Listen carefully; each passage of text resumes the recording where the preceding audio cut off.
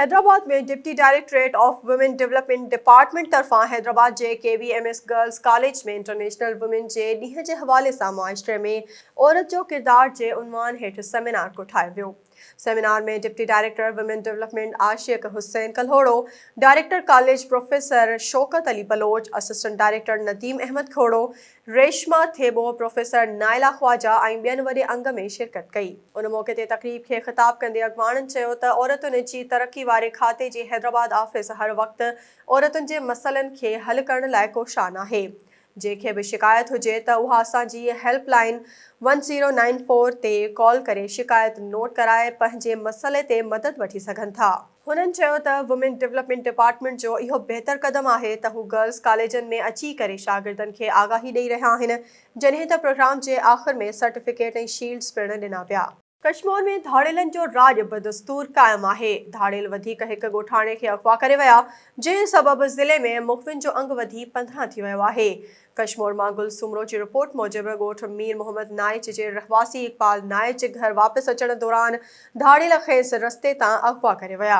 इक़बाल नाइच जे अगवा वारे वाक़े बाद वारसन इंडस हाईवे ते धरणो हणी रोड ब्लॉक करे छॾियो, जंहिं सबबि सिंध पंजाब ऐं बलोचिस्तान ॾांहुं ईंदड़ वेंदड़ ट्रैफ़िक मुअतल थी वई ऐं गाॾियुनि जूं डिघियूं क़तारूं लॻी वयूं। उन मौक़े ते मुख़बी जे वारसनि चयो त ज़िले में धाड़ेलनि जो राॼ क़ाइमु थियल आहे, इंतिज़ामिया जी रिट किथे बि नज़र नथी अचे। हुननि चयो त अगवा थियल इक़बाल नाइच जे अगवा बाद पुलिस का बि कार्रवाई न कई आहे। हुननि SSP कश्मीर खां मुतालबो कयो त अमन अमान जी सूरतहाल बहितर करे मुख़बी खे बाज़ियाब करायो वञे। चंबड़ खां टंडो लिहार वेंदड़ रोड ते कराची होटल बस स्टॉप भरिसां तेज़ रफ़्तार चिंची रिक्शा ऐं ट्रैक्टर ट्राले में ज़ोरदार टक्कर थी पियो, जंहिं नतीजे में 19 वरियनि जो नौजवान नादिर अली मरी थॾे ते फ़ौत थी वियो, जॾहिं त हुसैन मरी ज़ख़्मी थी पियो। इतला ते चंबड़ पुलिस वाक़े वारे हंधि पहुची फ़ौती ऐं ज़ख़्मी खे अस्पताल मुंतक़िल कयो वियो आहे। ॿुधायो पियो वञे त चिंची रिक्शा में सवार नौजवान ज़रई ज़मीन तां गाह करे वापसि घर वञी रहिया हुआ त चिंची रिक्शा ऐं ट्रैक्टर ट्राले विच में हादसो पेश आयो, जंहिं में नादिर अली मरी फ़ौत थी वियो।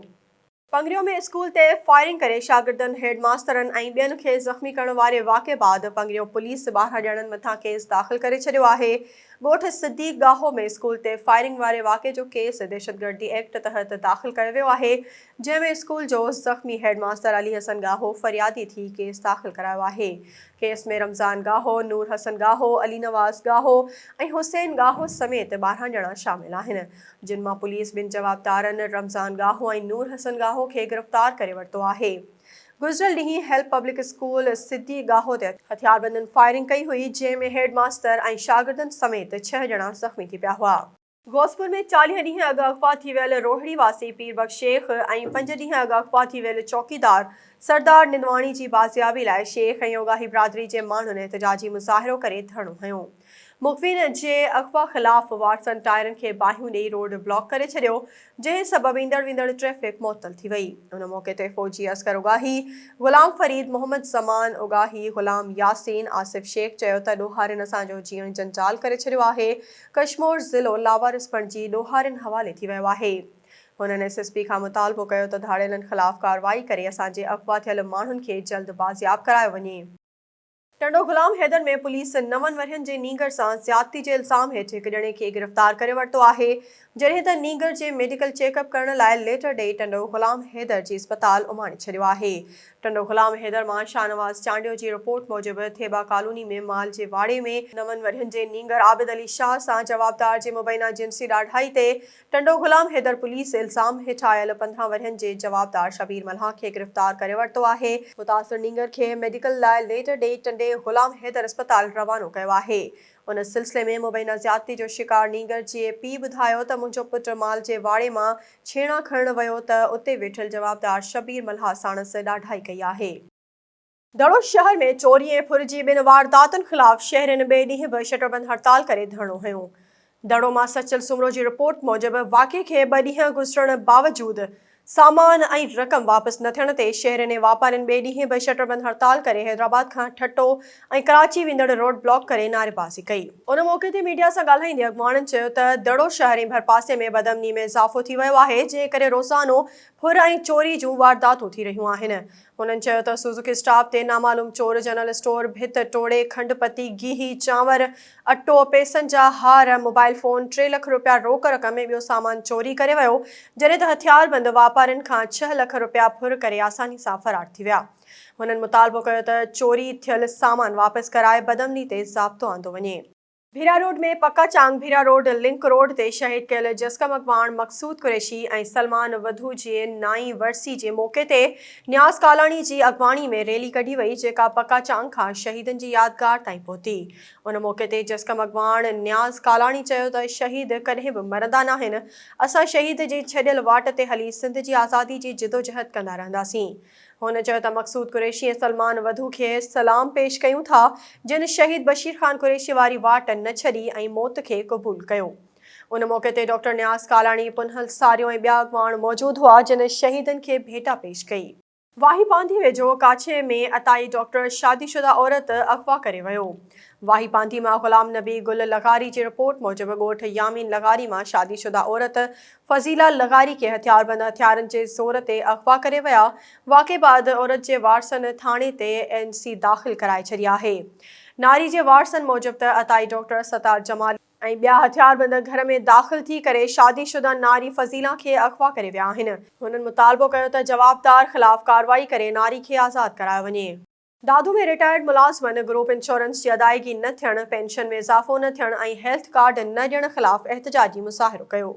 ज़मीर ख़ान, अब्दुल हमीद मेमण, अनवर लगारी ऐं मोहम्मद बख्श कोराई जी अगवाणी में रिटायर्ड मुलाज़िमनि हथनि में बैनर ऐं प्ले कार्ड खणी अलामा काज़ी लाइब्रेरी खां सिंध प्रेस क्लब ताईं एहतजाजी मुज़ाहिरो करे नारेबाज़ी कई।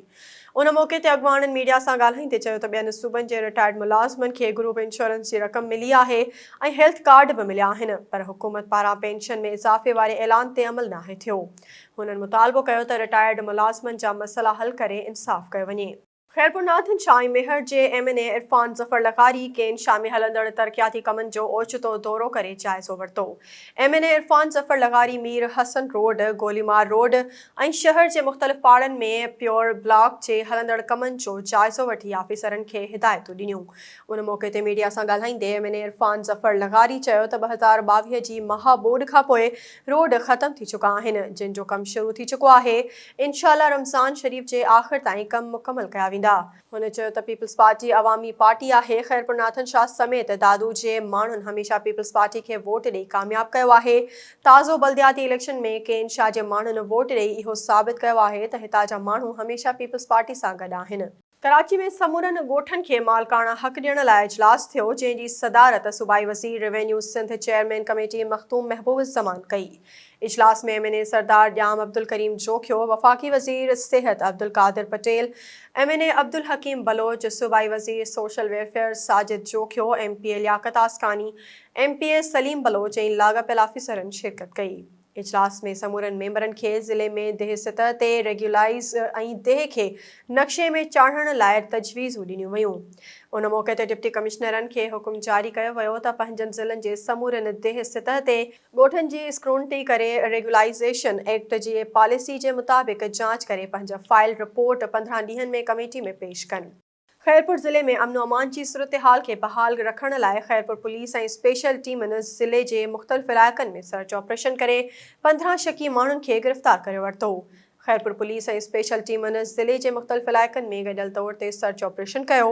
SSP खैरपुर रोहल खोसो मूजिबि ऑपरेशन दौरान 15 शकी माण्हुनि खे गिरफ़्तार करे मुख़्तलिफ़ हंधनि ॾांहुं मुंतक़िल कयो वियो आहे, जिन खां पुछा ॻाछा वारो अमल जारी आहे।